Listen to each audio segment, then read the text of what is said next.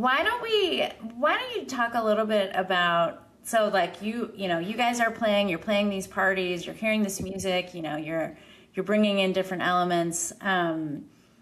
When did the idea of before it was a festival, before Chicago deemed it a festival, when did the idea of a picnic kind of come about? So,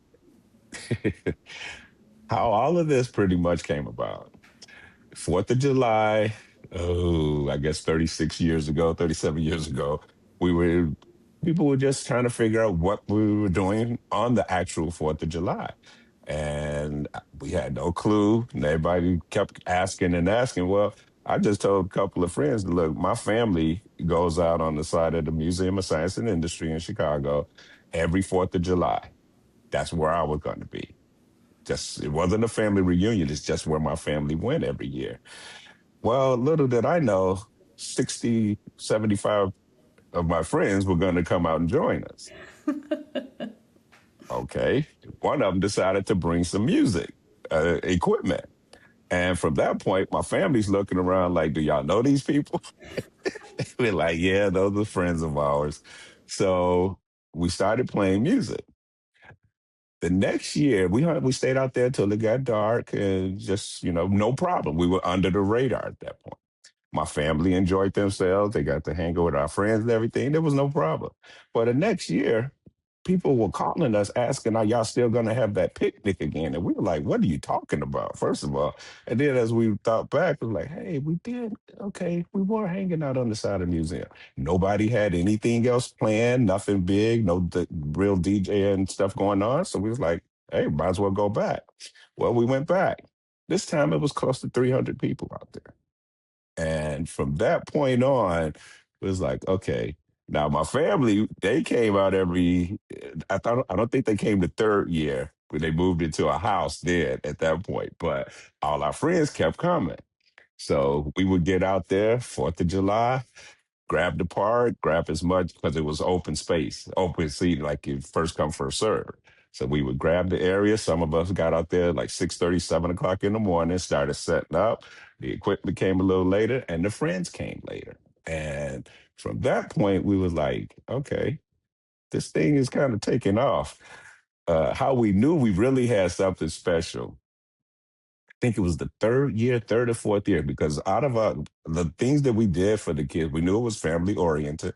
What we decided, hey, we're going to have games and stuff for the kids. I think one year we paid for a moonwalk. All of that came out of our pocket and everybody just had a good time. Well, this one particular year, it's either third or the fourth year, it actually rained and it rained good. I mean, hard. It's one of those tropical downpours where it rained and hour later, you didn't even know it rained. But while it was raining, it was probably a couple of hundred people out there. They went away thinking, okay, this is a washout. Well, several people stayed after the afternoon when the rain kind of cleared up, washed away and everything. I think probably 400 more people actually came out there. Wow. We had people dancing in the mud. We had people dancing in the rain. We like, hey, we got something going here. And from that point, we were, it was something that we were pretty much couldn't control as far as how things were going to go. The crowds, the people, the city, all of them is what kind of dictated how things were.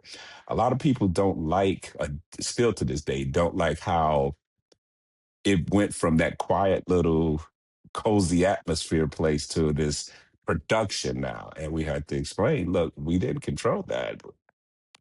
When it became a 40,000, 50,000 person event, things happen with that. The city has to regulate that. So things ended up being a little more commercialized than we wanted it, but we kind of didn't have much choice if we wanted to keep it going. We tried. This is the location that we currently are right now is our third location.